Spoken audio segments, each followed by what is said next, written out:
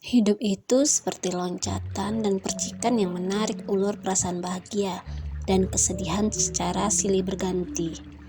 Menangkap momen yang membuat pemikiran terus berputar mencari celahnya. Menjadikan tulisan sebagai tempat pelarian yang tenang. Untuk menyatukan kepingan peristiwa tentang apa saja yang sekiranya layak dibaca dan diketahui oleh orang lain. Menulis bagi saya adalah sahabat. Sahabat yang tidak akan pernah marah saat kekesalan ditumpahkan. Sahabat yang tidak akan menertawakan kebodohan yang saya tuliskan. Cerpen-cerpen dalam kumpulan cerpen, kita pernah jatuh dalam kesedihan yang sama ini. Sebagian ada yang terbit di koran dan ada juga yang terbit secara online. Cerpen-cerpen yang kadang terasa absurd, tapi juga bisa ditemukan dalam kehidupan nyata di sekeliling kita. Semoga cerita-cerita dalam cerpen ini bisa membawa pembaca kepada hal-hal baru dan hal menyenangkan tanpa paksaan, seperti sebuah pintu yang menawarkan perjalanan hidup tanpa rasa takut.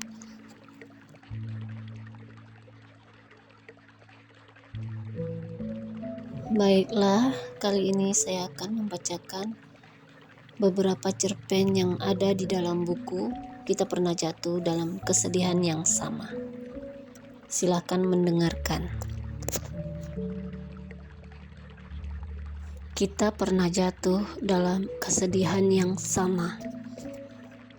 Setiap kali suasana kesedihan itu muncul, Budiman melihat perempuan bertudung biru berdiri di pintu dan bertanya, apa ada kiriman yang datang untuk seseorang bernama Mira dari seseorang bernama Santo? Budiman mendengarnya dan langsung mengobrak-abrik daftar kiriman dan sebentar-sebentar mengecek ke gudang, lalu muncul di hadapan perempuan itu dengan gelengan lemah, tanpa rasa lelah sedikit pun. Budiman tahu itu akan membuat perempuan yang berdiri di depannya menjadi kecewa, dan hal tersebut membuat Budiman semakin bersedih melihatnya. Seperti yang telah ia bayangkan, perempuan bertudung biru muncul setelah jam saat istirahat siang. Budiman sudah merencanakan akan mengajak perempuan itu mengobrol dan makan makanan di tepi jalan Sudirman. Ia abaikan tatapan sinis Emilia yang mencuatkan rasa kecemburuan daripada rasa pertemanan. Budiman tidak mau ambil pusing. Ia benar-benar terpesona oleh perempuan bertudung biru. Aku tidak akan membohongimu. Sepanjang kemampuanku mengumpulkan data, aku tidak pernah tidak seyakin itu untuk mengatakan tentang kiriman yang tidak ada di kantor kami. Tidak ada penerima bernama Mira, tidak ada pengirim bernama Santo, dan tentu saja tidak ada alamat yang dituju dari barang-barang yang singgah di kantor kami untukmu. Apa kau tidak bertanya pada pengirimnya, apakah ia benar-benar mengirimkannya lewat kantor kami? Ya, barangkali. Jawab perempuan itu masih berdiri dengan tatapan sendu dan kesedihan yang berat di kepalanya. Budiman menelan ludah. Ketabahan perempuan itu untuk datang berkali-kali menambah rasa kepeduliannya. Perempuan itu berdiri dekat sekali dengannya. Apa kau ingin minum? Aku akan mentraktirmu. Sejujurnya perkataan itu sering Budiman lontarkan kepada perempuan-perempuan yang sempat ia temui, termasuk Emilia. Tetapi pada perempuan bertudung biru, ia menawarkan ketulusan, meski ia seperti mendengar kekosongan yang dalam, seperti mereka pernah bertemu sebelumnya, seperti mereka pernah hidup bersama-sama. Aku bukan Mira. Mira ada di rumah. Sepanjang hari ia berdiam di dalam kamar, mengusir lalat-lalat yang menghinggapi makanan, dan ia akan senang dengan kiriman yang dijanjikan Santo mengenai alat-alat terbaik untuk mengusir lalat. Santo bekerja sebagai penjual barang di kota lain. Soal air kotor dan kemalasan Mira untuk bersih-bersih bukanlah alasan yang tepat dikatakan para tetangga yang membencinya. Oh, Budiman mencoba memahami situasi yang dikatakan perempuan itu. Lihat saja caranya bicara. Kau akan tahu kalau ia orang yang sangat menjengkelkan. Blusnya terus saja kekecilan dan kadang ia mengoyaknya dengan sekali sentakan. Aku harus kembali ke tukang jahit atau mencoba memperbaikinya dengan tanganku, meskipun hasilnya tidak sebagus mesin. Budiman semakin mendesah mendengar kalimat itu. Ia ingin sekali menanyakan nama perempuan itu, tapi ia urungkan niatnya dan membawa perempuan itu ke sebuah pusat perbelanjaan. Perempuan bertudung biru tersenyum. Budiman ternyata memiliki kesedihan yang sama dalam mengurusi seseorang. Budiman menyeka ujung matanya yang basah. Setidaknya kesedihan yang ia pernah rasakan bisa ia bagi bersama perempuan itu. Jadi, apa yang akan kau lakukan setelah kita kembali ke rumah masing-masing? Perempuan itu membuyarkan lamunan Budiman. Aku akan mandi dan menyeduh kopi panas, menyetel siaran komedi dan membaca beberapa hal penting dalam surat elektronikku.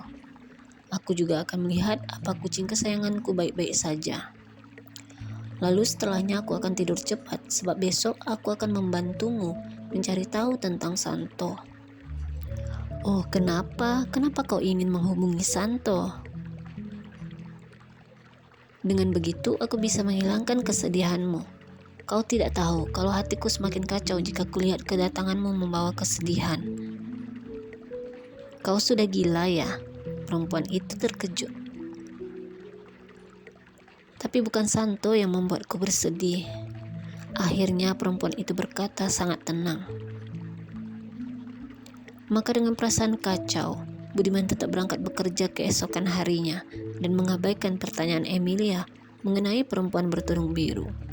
Ia semakin bersedih dan memutuskan menulis kesedihannya dan berencana pulang menemui makam ibunya, lalu meminta maaf. Budiman menggeser surat-surat itu dan melihat ke pintu luar, kalau-kalau perempuan itu akan datang kembali dengan keceriaan. Tapi yang pasti, Budiman ingin menanyakan bagaimana perempuan itu mengarang kebohongan tentang kesedihan yang sama-sama mereka rasakan.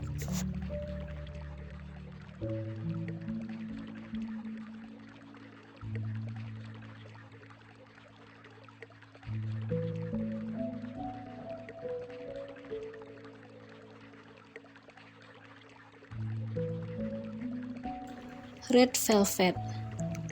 Kata ibuku, aku dilahirkan untuk menjadi perempuan yang menyenangkan hati siapa saja, terutama para pria. Perempuan yang menjadi pusat perhatian dan menghapus segala kerunyaman di kepala mereka. Tapi sejujurnya, perkataan ibu membuatku mulas setiap kali berhadapan dengan para pria. Aku masih saja memikirkan perkataan ibu saat menaruh botol madu ke atas meja. Di meja itu pula, kuletakkan bunga lili dalam botol kaca dan beberapa tangkai kembang kertas berwarna kuning, merah, dan ungu. Dalam nampan berwarna perak, kuletakkan 2 potong red velvet dan segelas air yang dicampur madu.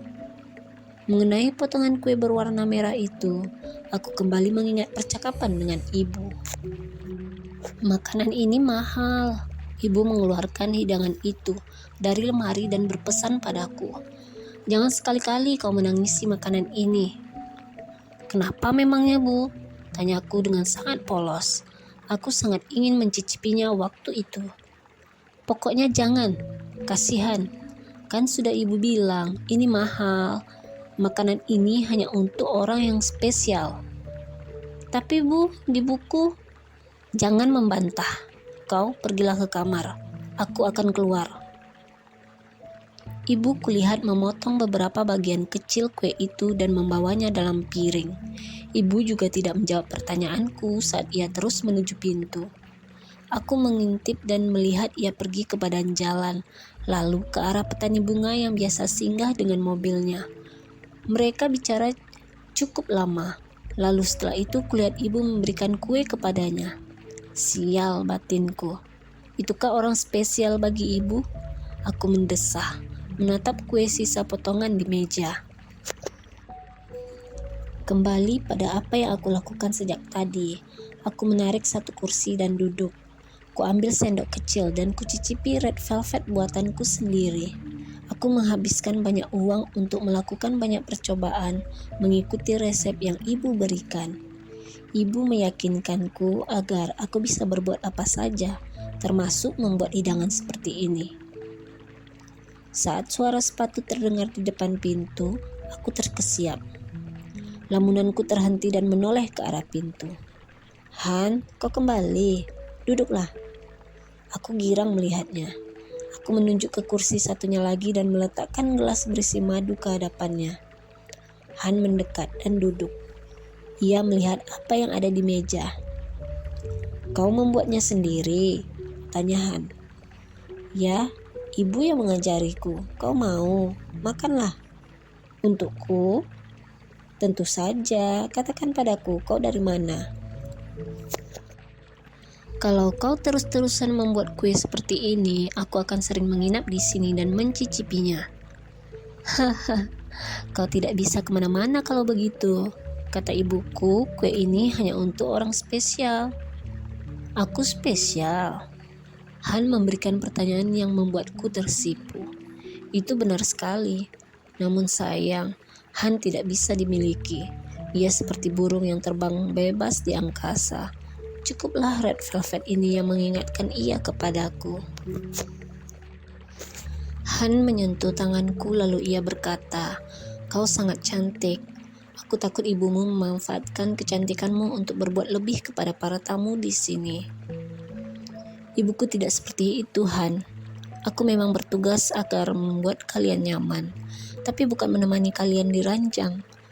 Seperti red velvet ini, ia kue yang cantik dan sangat enak. Tidak sembarang orang yang akan mencicipinya, kecuali ia dibawa kepada orang yang sembarangan pula. Mengertilah. Tiba-tiba saja aku merasa sangat sedih di hadapan Han. Kau menangis, maafkan aku. Han meremas jemariku.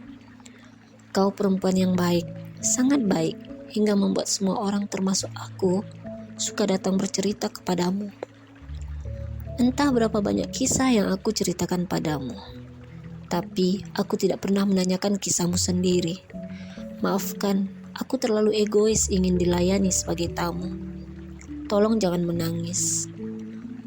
Han menyentuh pipiku. Air mataku hampir jatuh. Oh tidak, aku tidak boleh menangis.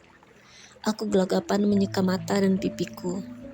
Tapi Han menahan tanganku dan menyuapkan 1 sendok red velvet ke mulutku.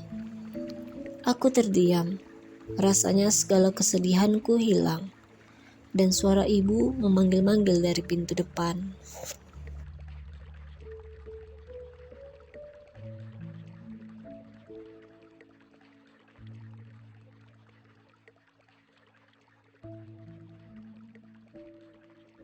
Nah, buku ini bisa kalian dapatkan di penerbit Hyang Pustaka.